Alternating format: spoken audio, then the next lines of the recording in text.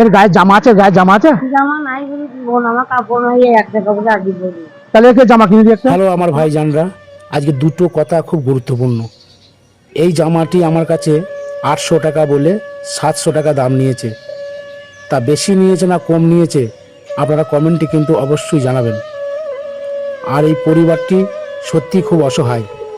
এই মেয়েটিকে একটি জামা কিনে দিলাম, কাকিমাকে বাজার করে দিলাম রোজার জন্য। এনারা কুসুমগ্রাম বাজার দোকানে দোকানে কালেকশন করছিল, তাই আমার সাথে দেখা হয়ে গেল, একটি জামা কিনে দিলাম আর কাকিমাকে বাজার করে দিলাম।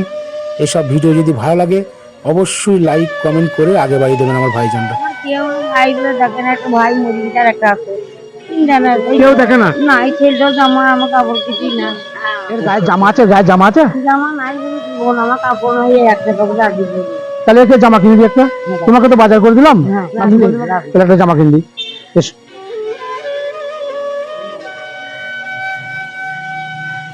বাজার এবার ড্রেস দেখান তো না, এই মেয়েটা ড্রেস দেখা দেখো।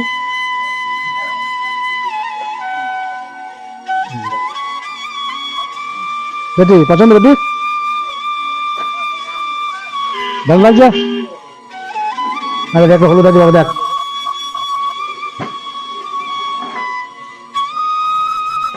কোনটা নিয়ে বলো বাবা?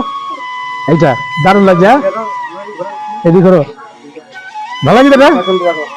এই জন্য ওটা বলো, কোনটা নেবে? এটা নেবে তো? আচ্ছা, এটা গায়ে দাও, ওপর দিয়ে গায়ে দাও।